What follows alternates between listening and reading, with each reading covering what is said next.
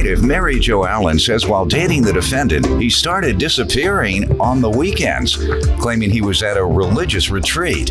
But she suspects he was cheating. Mary Jo is suing because she gave the defendant several loans throughout their relationship and has yet to be repaid.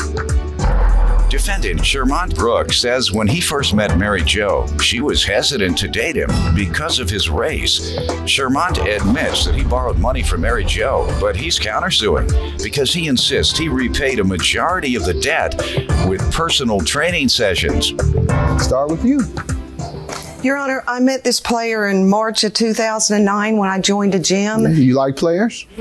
I did for a while. Okay. You changed your mind about them? Why? Got played? Yes, I did. That's what players do. Absolutely. All right. He led me to believe that it was a stronger relationship than it was. Didn't take long for me to realize he was seeing a lot more people than just me. How long after meeting him did you all start dating? I met him in March and we started dating early April. Okay. When did you start seeing his player ways? It took till about October and November for it to sink in. There might have been something prior to that, but about October and November I realized I was not the only person he was dating. And I'll tell you, for a guy that doesn't clean his house much, he sure washes his sheets a lot. Tell me how you discovered he was dating others. First thing, small thing, was something was posted on Facebook to the reference of a girl enjoying the time that she spent with him. There were several weekends that say on a Saturday, I wouldn't get a text, a phone call, didn't see him, which was only odd because we pretty much were in contact with each other every single day. I would question him about it, always came up with some line. One time he told me he was on a religious retreat. See, that's what I was going to suggest. I mean, I was going to say maybe he was on a religious retreat, or he and the woman who he said he enjoyed the time with, they could have enjoyed Bible study. Even though I knew it was not true, that's not something you can really battle with. How did you determine it was a woman or women? Wine glasses at his house with lipstick. Jesus drank wine. The cheese. But did Jesus wear lipstick? All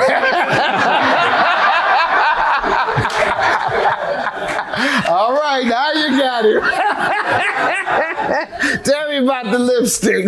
How did you discover that? It was on there's 2 wine glasses on his kitchen counter. And one's got lipstick. All right. The sheets being changed all the time. When you asked him, what did he say? Well, I didn't even mention the lipstick on the wine glass. Did he ever admit to cheating?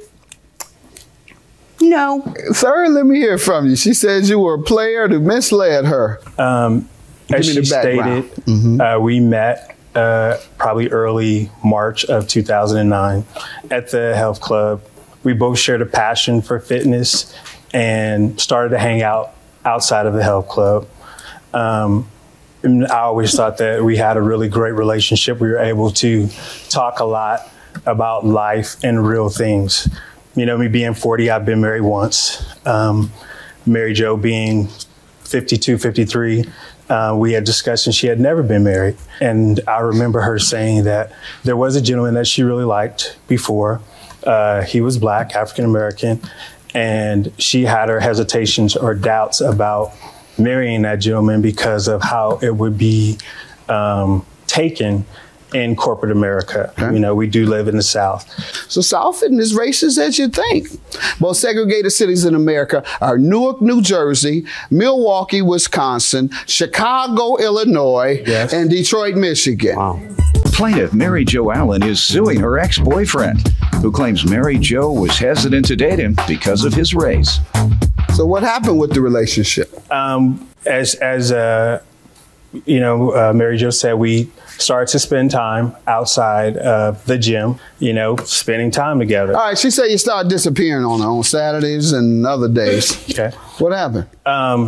I have joint custody, first off, with my 11-year-old son. So every first, third, and fifth weekend, I have my son. So it started out like that? Yeah, it was always that way. So it was always the case that she couldn't reach you on Saturdays? Yes. And then also, with my career in public safety, we work every third day, 24-hour shifts. You have to turn the phone off when you're with your kids. All right. Oh, do you? Oh, you got to turn your phone off when you with your kids.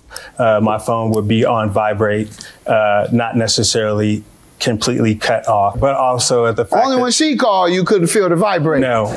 Because he was with the other girl. The explanation of this is, you know, I am a firefighter. We work a 24-hour shift, you know, along with that being a paramedic.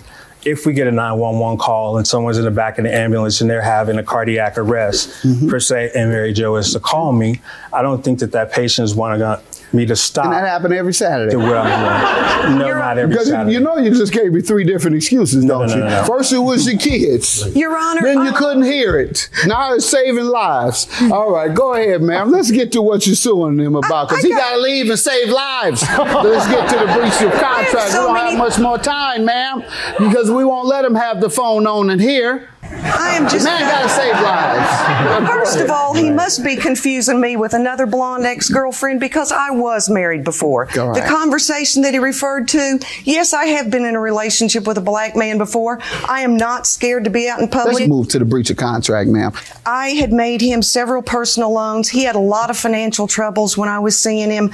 Again, he led me to believe we were in a strong relationship. Give me a list of the loans. Okay, I've got the promissory note. The first item was May 23rd of 2009. We bought a chair for his condo. He didn't have hardly any furniture. You have the total amount on that note? Yes, sir. Let me see it, and please. It's signed by both of us. Very good. Sir, what do you want to tell me? Yes, sir. The promissory note came into play with 2 different specific incidences that Mary Jo was able to help me out on. They both happened around July. What's a love sack? What instance is that? It's a piece of furniture, kind of like a bean bag. You needed you a love sack, doctor. I know you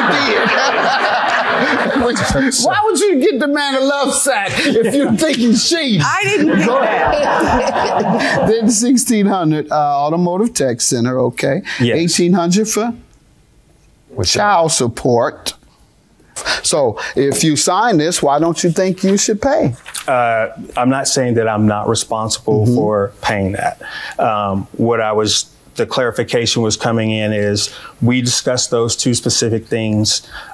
Mary Jo at that point said that I agree to help you. This is what you signed. So yes, sir. Why don't you believe you should adhere to what you signed? Well, specifically 1, that's what we discussed. Sir, you got one more time to tell me why you shouldn't have to pay for a signed agreement.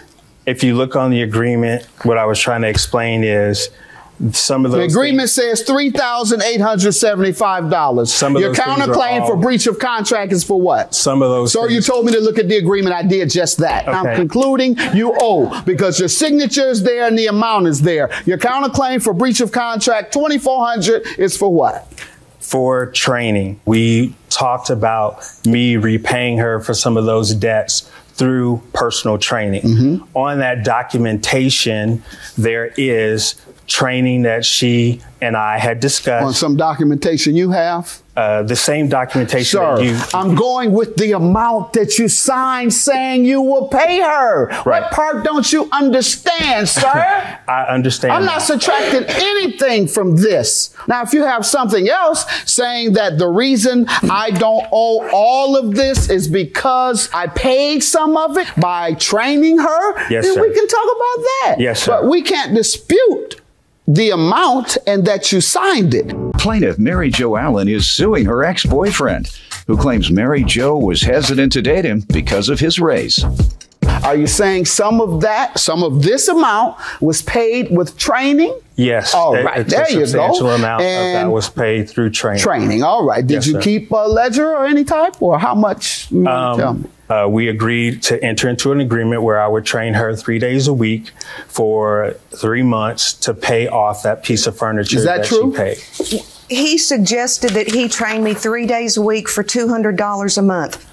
So I don't know how she's breaking those figures up, but over the time that we spent together, I trained Mary Jo starting in June all the way up to December, at least 3 times a week. June what? June of 2009. You signed this in September. It says 6/10 to 9/10 training $600. Right. So I'm going to go with this, right? Yes, sir. Okay, I'm going to go with this.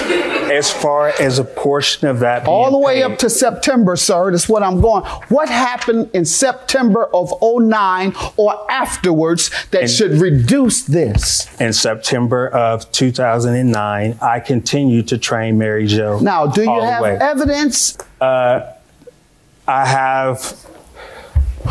Sir, you're unable to prove your case. I'm going to grant her judgment. Your claim is dismissed. You can't prove it. We've gone over and over and over it. You say that part of the training and the deduction should come from work that you did in June. You don't deduct it here, but yet this goes all the way to September, sir. Before you signed it, that should have been a part of this. And I'm going for what this says, sir. Have a good day. Thank you, Your Honor.